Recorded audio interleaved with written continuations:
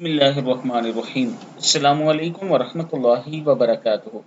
رسول اللہ صلی اللہ علیہ وآلہ وسلم کی تین مختصر اور جامع نصیحتیں۔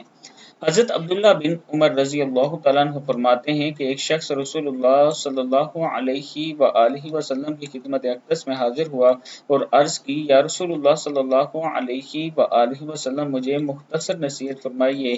آپ صلی اللہ علیہ وآلہ وسلم نے ارشاد فرمایا، نماز اس طرح پڑھا کرو جیسے کہ تم ابھی دنیا سے رخصت ہونے والے ہو اور یہ تمہاری آخری نماز ہے، اور اگر تمہیں دوران نماز یہ دھیان نہ ہوا کہ تم اللہ کو دیکھ رہے ہو تو یہ دھیان کر لو کہ وہ تمہیں دیکھ رہا ہے، اور لوگوں کے پاس موجود مال اور دولت پر نظر نہ رکھو، تم مالدار بن جاؤ گے، اور ایسے کام کرنے سے بچو جس پر بعد میں معذرت کرنی پڑے۔ کتاب کا حوالہ یہ نیچے موجود ہے۔ اللہ تعالی ہم سب کو اس پر عمل کرنے کی توفیق عطا فرمائے۔